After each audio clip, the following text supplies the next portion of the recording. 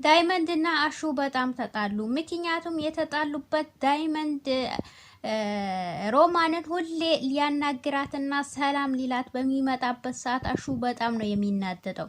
አሹ ደግሞ በጣም ስለሚያፈቅራት እንዲሁም ደግሞ ዳይመንድን በጣም ስለሚያፈቅራት ወይ አሹ ፍቅሩን አልገለጸላት ወይ ዳይመንድ ፍቅሩን አልገለጸላት። በዛ ሰዓት ዳይመንድን መቶ ሰላም ሲል አሹ ይናደዳል። አሹም ሰላም ሲላት ዳይመንድ ይናደዳሉ።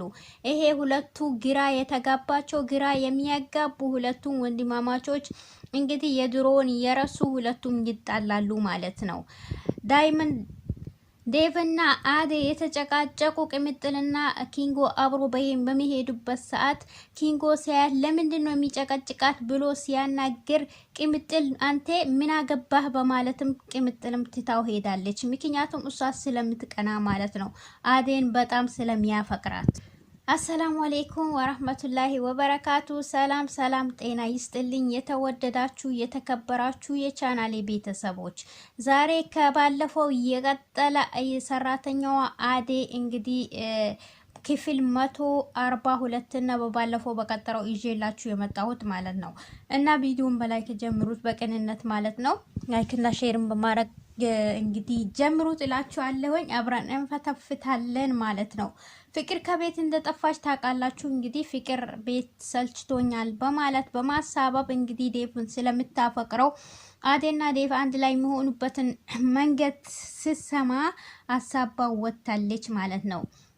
እሱም በተከተለ እንግዲህ እናትዮ በጣም ተጨንቃለች። የፍቅር እናት እንደዚህ ጭንቀት ላይና ውጥረት ላይ ባለችበት ሰዓት እንግዲህ ኪንጎ አፈን ዳይመንድ እናም ደግሞ ሮማን ሮቲ ሁሉም ተሰብስቦ አንድ ላይ ሳሎን ላይ ተሰብስቦ ምግብ ሊበሉ ያቀርባሉ። ምክንያቱም ይሄ መሆን የሌለበት ጊዜ ነው። የፍቅር እናት ደግሞ መንገድ ላይ ፍቅርን ልትፈልግ በወጣችበት ሰዓት እናም የቅምጥልን እናት የባቡሬ እናት ታገኛታለች። የባቡሬ እናትና የፍቅር እናት የድሮ ጓደኛሞች ነበሩ። በዛ ሰዓት የቅምጥልም እናት የፍቅርን እናት ስታት ወይኔ የድሮ ጓደኛዬ እንዴት ነሽ ሰላም ነሽ በማለትም ሁለቱም ያወራሉ። በዛን ሰዓትም ወዴት ይሄሽን ነይ ቤት እንግባ በማለትም እኔ ባለቤቴ አርፏል እሱን ለመዘየር ነው የሚሄደው በማለት ስትነግራት ወይኔ እናም ደግሞ ስለላወኩኝ ነው እናም ተጠፋፋን በማለት ሁለቱም ያወራሉ። የእና ቅምጥል ቤት ይዛት ትሄዳለች። ይዛት ስትሄድም ኪንጎና ቅምጥል አብሮ ቁጭ ብሎ ነበር ማለት ነው። በዛ ሰዓትም እነዚህ የተመቻቸው ምግብ ሊበሉ ተሰብስቦ በተቀመጡበት ሰዓትም የፍቅር እናት እንግዲህ ትመጣለች። መታ ሲገባም እንዴ እናት ምን እየሰራችሁ ነው? ምን እየተካሄደ ነው?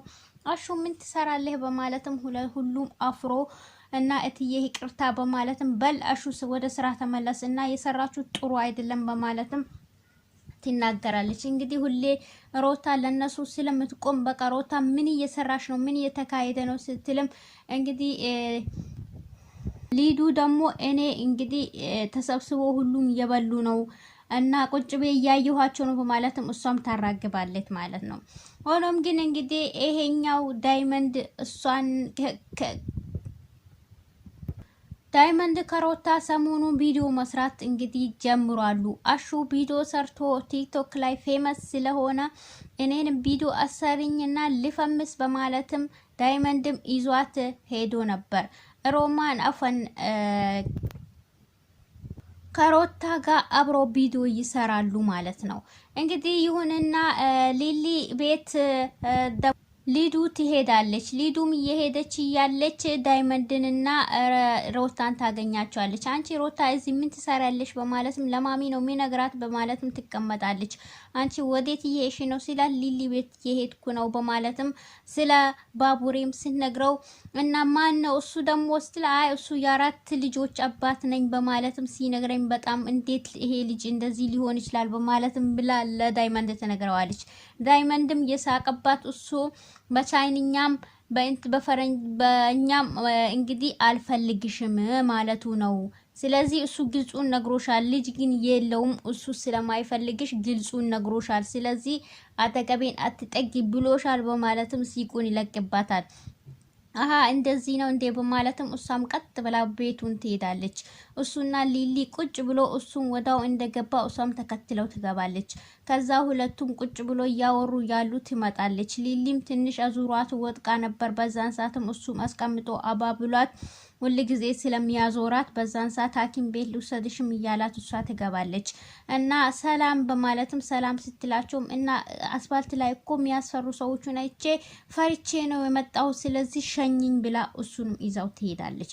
በዛን ሰዓትም ሊሊም ትናደዳለች። ሊሊም ሳታስበው ከሱ ጋር ፍቅር የያዛት እንዴት እንደዛ ብላ ተወስተዋለች። በይና እኔ ልሸኝሽ በማለትም ምግቡን የሚበሉትን ምግብም ትቶ አብሮት ሄዷል ማለት እሷም ልሸኘው በሄደችበት ሰዓት እየሸኛት እያለ እኔና አንቴ ማውራት አለብን ስትለው ምንድነው የምናወራው ስትል ስላንቴና ስለኔ ስላንቺና ስለኔ ምንድነው የምናወራው ስላት አይ እኔ ማውራው ነገር የለኝም ልናወራም ደግሞ ሌላ ጊዜ እናወራለን አሁን ደግሞ ሊሊን አሟታለ ብሎ ይነግራታል።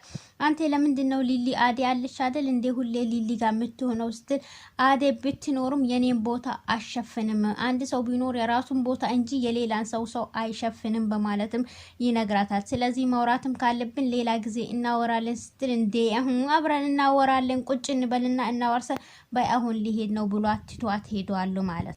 በዛን ሰዓትም አዴም ተደውሎላት አሟታል ስትባል መታለች። በዛን ሰዓትም እንዴ ለምን መጣሽ አዴ ሰላም አይደለሽም ስትላት አይ አንቺ ነሞሻል ብሎ ነግሮኝ ነበር ባቡሬ ስለዚህ አንቺ አሁን ደህና ነሽ ወይ ስትላት እኔ በጣም ደህና ነኝ ስትላት ትኩሳት አለብሽ ትላት አይ አሁን ደናኝ በቃ ምትጪና እንትምትዩ ነገር ላዘጋጅልሽና መጥበኋ ልግባ በማለትም ገብታ ዴፍ ሄደ ምን ሆናችሁ ስትላ አይ ዴብንም እስከምጨርስ ጠብቀኝ ብዬዋለሁ በማለትም ትነግራታለች። እሺ ብላ እንግዲህ ጨራርሳላት ዴብም በሊሊ ስልክ ይደውላል። ነይ ብሎ ጠርቷት ትወጣለች።